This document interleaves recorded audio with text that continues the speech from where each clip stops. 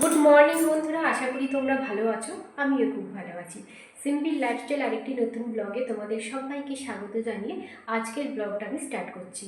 আজকে হচ্ছে শুক্রবার আর এখন সকাল 9:30 মতো বাজে।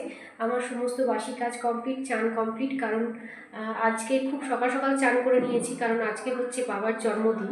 তো বাবার জন্মদিন আমরা পালন করার ইচ্ছা থাকলেও বাবা জন্মদিন পালন করতে দেয় না, কারণ বাবা এই সমস্ত জিনিস পছন্দ করে না একদম।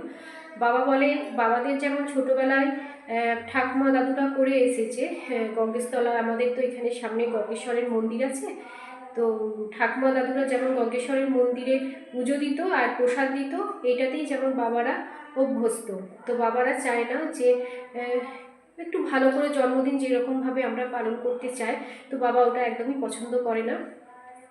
তো যাই হোক, সকালে পুজো দিয়ে চলে এসেছি আর এখন সকালের জলখাবার বানাচ্ছি। তো যেহেতু বাবা জন্মদিন আর বাবা লুচি খেতে খুব ভালোবাসে, তাই সকালে জলখাবারটা লুচিই বানাবো। এই যে পুজো দিয়ে আসার পর একটু গাজর দিয়ে, আলু দিয়ে, কাঁচা টমেটো, কালো জিরে, কাঁচা লঙ্কা দিয়ে একটু তরকারি করলাম।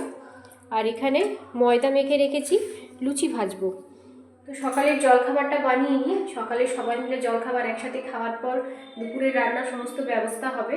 তো সবজি মাছ সবই আনা হয়ে গেছে, তো জলখাবার খাওয়ার পর সেগুলো সব কাটবো।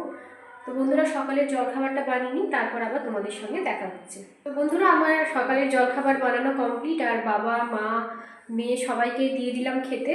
আর মা তো লুচি, মা মাস্টারমশাই ওরা কেউ লুচি রুটি অত পছন্দ করে না, তেলে ভাজা জিনিসও ওরা অত পছন্দ করে না।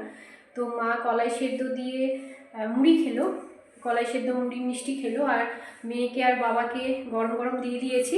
আমি আমারটাও বেড়ে নিয়েছি, লুচি তরকারি মিষ্টি।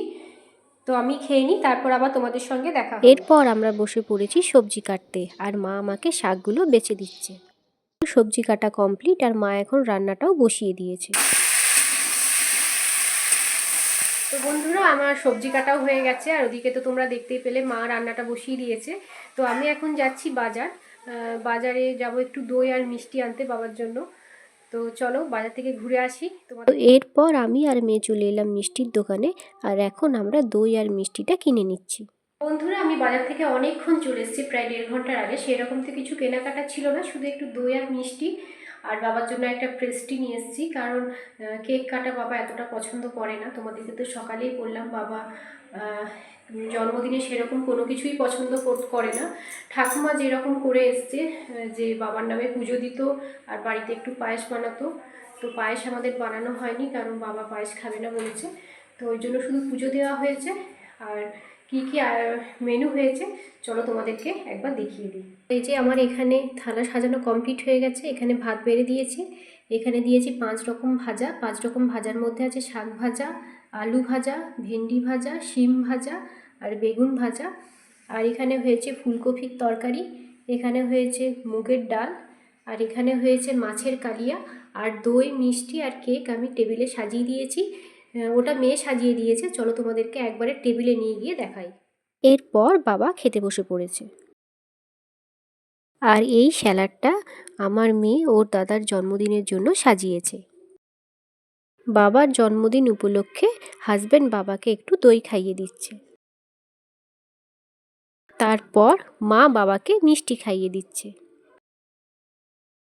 তারপর আমি বাবাকে একটু আলু ভাজা আর দই খাইয়ে দিলাম। তারপর আমাদের সবার খাওয়া দাওয়া কমপ্লিট হয়ে গেছে। এরপর আমি আর মা খাটে বসে বসে পেয়ারা খাচ্ছিলাম। বন্ধুরা, অনেকক্ষণ ছাদে উঠেছি, এরপর নিচে যাব, নিচে গিয়ে একটু শোবো। আর বাবার জন্মদিনের ব্লগটা আমি আজকে পোস্ট করবো না, ওটা তোমরা কালকে দেখতে পাবে, মানে শনিবার দিন তোমরা দেখতে পাবে। তো আজকের ব্লগটা আমি এখানেই শেষ করছি, দেখা হবে কালকে আবার একটি নতুন ব্লগে। তোমরা সবাই ভালো থেকো, সুস্থ থেকো আর সাবধানে থেকো। যদি আমার এই ভিডিওটা তোমাদের ভালো লেগে থাকে তাহলে অবশ্যই একটা লাইক আর কমেন্ট করে আমার সাথে থেকো।